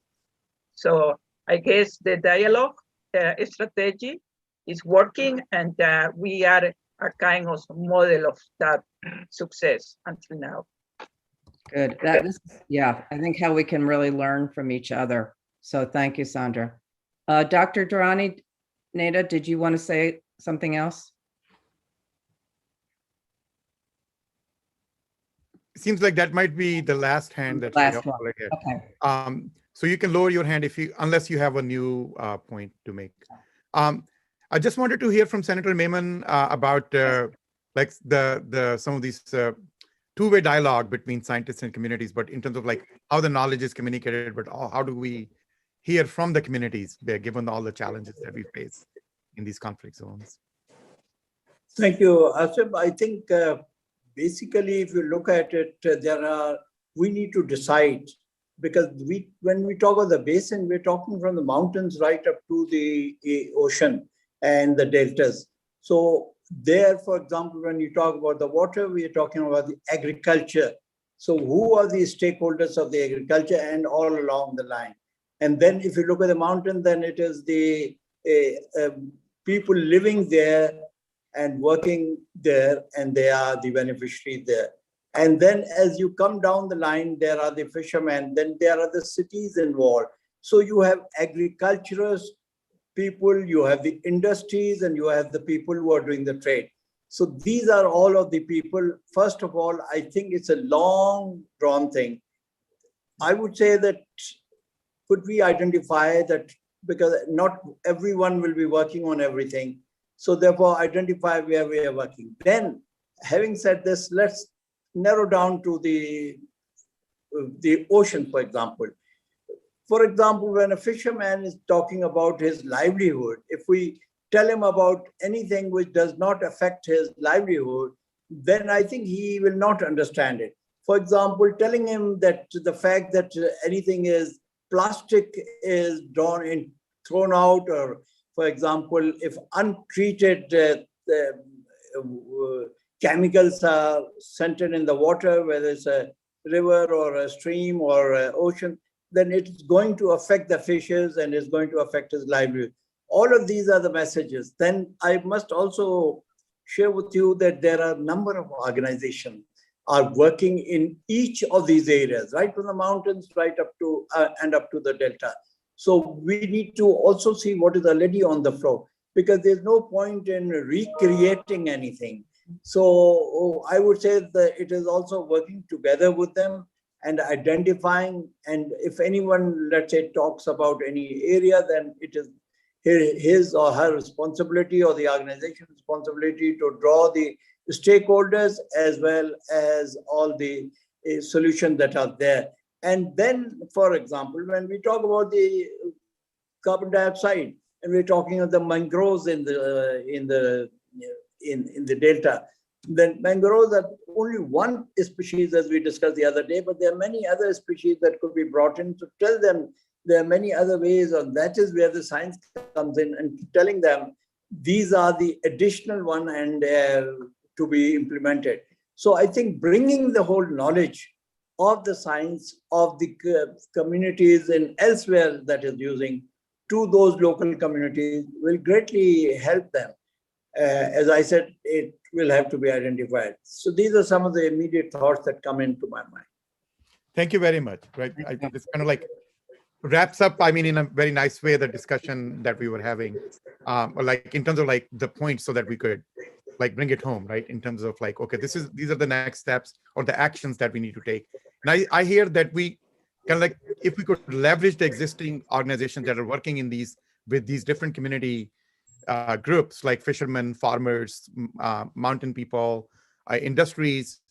So if we could like tap into those networks and then kind of like figure out a way that set up a platform that's not only just the knowledge kind of like provision platform online, but also knowledge dissemination platform on the ground, where they interact two-way mechanisms that could, with each of those networks, leveraging the existing networks, but the platform could like set it up in a dynamic way that could go to the real people, go to the real communities, and have a two-way discussion with them. I think that's the only way that we could move this forward. Otherwise, because many of these people do not have the capacity to go online and read what's written on the knowledge platform, say, an online platform, right? So I mean, I think like that's how do we engage them in a real way, as Senator Mimon said, like if they learn that their actions can have an effect on the fish, so that kind of like a feedback understanding of that system could help. And we can even launch experiments and do that community work. And I see a huge role for community science in that space as well, from that perspective. Yeah, I was also hearing that, there's so much good work already being done on the ground by a lot of NGOs and nonprofits and governmental organizations and community groups, but often it's not coordinated, right? People are just in their own kind of path. And I think one of the real challenges is getting people together, like somehow cooperatively, the dialogue happening between all of these different groups with a larger vision of the watershed, like you said, Asim, right? Really understanding the watershed that everyone's in and that we all need each other to keep the water clean. And that to me is also another big shift in how we approach maybe the whole river basins as opposed to just everybody in their path. Absolutely. And I think so the question of trust that Sandra brought is also very important in like this two-way exchange. Like when we have this kind of two-way exchange, who do you trust and who do you do not trust, and how do you build that trust in the long run? To me, like that seems very, very critical question. Yeah. Maybe we can circle back to this. I see Saeed has a hand good. For a while. So. Saeed. Yeah, okay. From my experience working with NGOs on issues such as disaster risk reduction and water resource management, I think one of the key issues, again, coordination, which Susan has highlighted, as well as I think the sustainable livelihood approach is kind of a framework where you can start working on this whole issue of environment with a particular focus on water. And we should also acknowledge like there are different natural hazards which affects communities across the basins, let's say in mountains in a different way, where there could be extreme water in certain seasons, while there is less water in certain seasons. But it could be completely opposite to the communities who are more in the delta or along the rivers in the center of a country, in the center of a basin. So the natural hazard perspective, as well as the sustainable livelihood perspective is one of the important. And then we can also not deny the importance of social media, the mainstream media, the print media, which can be really boost the, like share the science knowledge, as well as play a lot of role in advocacy. Because what I have seen, NGOs, they work in different districts, they do kind of a local risk assessments, and they try to focus somehow link with the local issue with, let's say, sustainable development goals, while you miss the whole link at more district, provincial, or let's say country level, and then the regional level. So we need to kind of fill all these steps and then also promote sharing, let's say within the same basin at different level, let's say the communities living on the delta with the communities in the mountain. So they kind of have this shared sense of water and their responsibility to natural environment and the efficient and effective use of water. Yeah, thank you, Said. I think that's really key. It's like if we were all to imagine what that shared sense of responsibility looked like in each of these water basins, how would we structure that? And then how would we share that with everyone? So that does seem like a very key thing that maybe we could all help to move forward in the future. Anyone else anybody we haven't heard from or like to say a little bit from your own experience? I see Rol is raising a hand and Dr. Ashutosh. And Rol, welcome. You want to say briefly introduce yourself? I know you joined late. Yeah. Of course, like already I have gone through all these presentations because as a academia, as working all along this Hindu Kush Himalaya, so I have a experience that in recently we have a station in all communities in all along the Jansky, the Indus Basin. So we have a making almost 10 centers where we work with the communities. Okay, so community we select which is very potential, how they use their all like weather forecasting, all scientific knowledge for their agriculture purpose. and how to manage water a particular area, how when it is sometimes there is a flooding. So these information could be shared with these people. So when we have working with the community, we shared our all information with our students, because we have already permanent centers there, which we working with, work all along this like Afghanistan, even Nepal, in India, because all along I am working, even Bhutan. So there is a need of some kind of blending of knowledge among the communities, among the scientific communities, so that there are number of case studies, best practices could be shared. So the community leaders could be bring, because end user is communities. Whenever we talk, we have to have some kind of focus, and we have to have a mind, like how we could improve their life and livelihood of these people. Because when we talk their livelihood, we have to have a better management of the water resources and other resources what is available, particularly mountain areas. And therefore we have started one initiative, as mentioned as H2O, highland to ocean. So when we talk about the highland, there is all river basins are emerged, that is from glacier. So we studied about the last 20 years, we are studying about the glacier, why there is a lot of disaster happening. So in that way, we have to collect the information, knowledge and best practices, and we have to share the communities where and how they can be rebuilt their own, through their experience. Even they have own knowledge, indigenous knowledge. So it's a blending of information. We have to have a geospatial information that we shared with, particularly there are a number of young people, young talents in the community. They are higher study in different countries even. So we select who can be get this information and betterly understand, and they can share with their community, because on their own language, own perspective. Because when you give the ownership, then it is very very effective. So that is one aspect. The another things, how we could manage in the coming disasters, or how to manage the water resources, because now it is scarce because of the climatic condition and all. So we have to have some kind of database, so it could be shared among the countries. Like we have a good relation, although not that much good relation, but we have a in academia like Kamsat University Pakistan, and our Solin University and Tribhuvan University. Among the all, we have a HUC, Himalaya University Consortium. I was the first founding person, member, and also coordinator for this when I was in EC mode for 4 years as a scientist. So in that way, we could have making a very good, effective knowledge sharing and knowledge based information system that could be very productive for this kind of international forum and programs. So that could be used as a package for future kind of water resource management and effective disaster risk reduction and other aspects. So that's about my views and the thought. Thank you. Thank you very much. Roloff? Yeah, sorry to time in. Oops. To time in so late, but I had some computer problems getting into my account this morning. But I'm just introducing myself. I'm an ecological economist, and I've done a lot of modeling, hydrological modeling, and the modeling of ecosystems in the Mekong, basically how they are influenced by the dams and the dam building.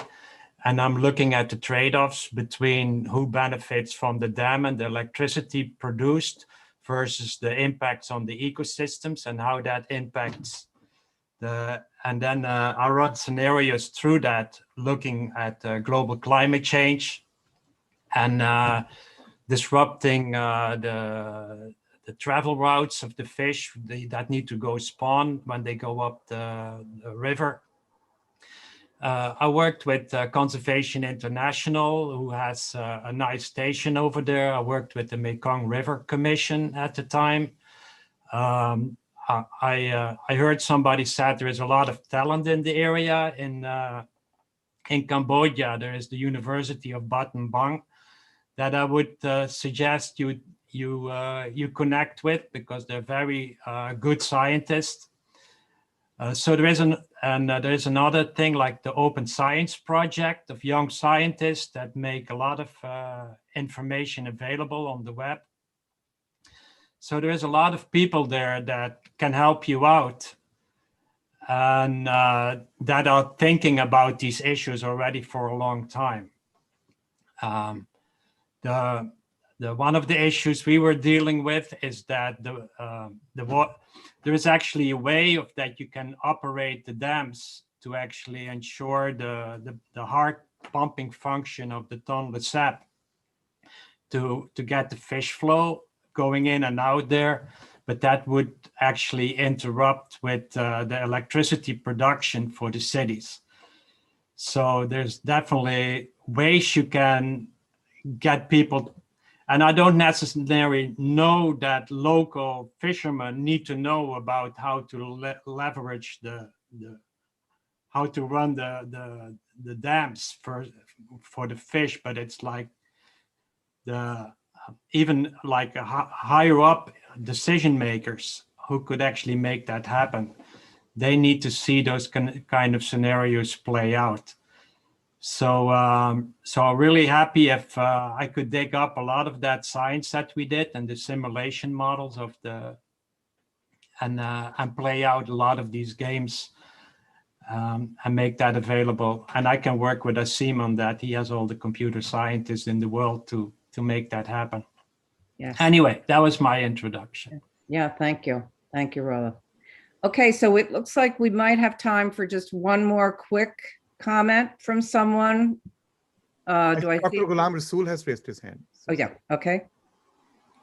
Yeah, thank you for giving me second chance. I would just like to emphasize on the communities. When we engage the communities into dialogue, there are different communities and different level of beneficiaries.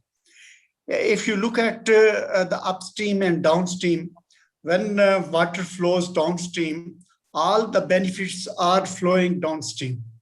So most of the beneficiaries are located downstream. There is, and those upstream communities, they are left in poverty. They are left at the mercy of nature. Gloves are invading them. They are out migrating from their areas. So we should keep in mind that the benefits should flow upstream also during our dialogue. So this is the sensitivity which is right now missing. For example, in Pakistan, Punjab is claiming bumper crop, Sindh is claiming cotton crop. But that cotton crop, that bumper crop of wheat, from where it is coming? It is coming from the water which is flowing from upstream. We are not taking care of upstream communities. So this is just my submission at the last moments. Thank you very much. And I will respond in detail because at EC mode, we are going through a mid-year review, very busy mentally, physically. So my apologies. I couldn't respond earlier. Thank you. Thank you. Thank you. Dr. Rasool, we'll have this discussion next week. I hope that you can make it on the science diplomacy panel because we'll be discussing a little bit more in depth some of the work that we've been doing. Lovely, lovely. Great. So Susan, we are at 10:29. Exactly, Asim. So would you like to wrap up kind of? Okay, great. So I know we have still a lot more to discuss. Very quickly, I felt that there have been like some really convergence of some ideas like knowledge platforms, but we might also need to have two-way knowledge platforms that could be dynamically updated. These platforms should be trustable by the communities, that should incorporate the feedback from the communities. And as I was thinking of hearing this, I was also thinking, well, there are these crowdsourcing applications. So we can build in these crowdsourcing applications across the river basins into these platforms. But at the same time, we need to reflect those data that's coming from the communities dynamically, but also communities can learn from each other. and scientists can communicate with the communities, but also communities can feed back the information to the scientists. So I think these are like, we will have a recap of this discussion earlier, starting next week's meeting. I really, really appreciate your participation from all over the world. It was really so much great to see you all.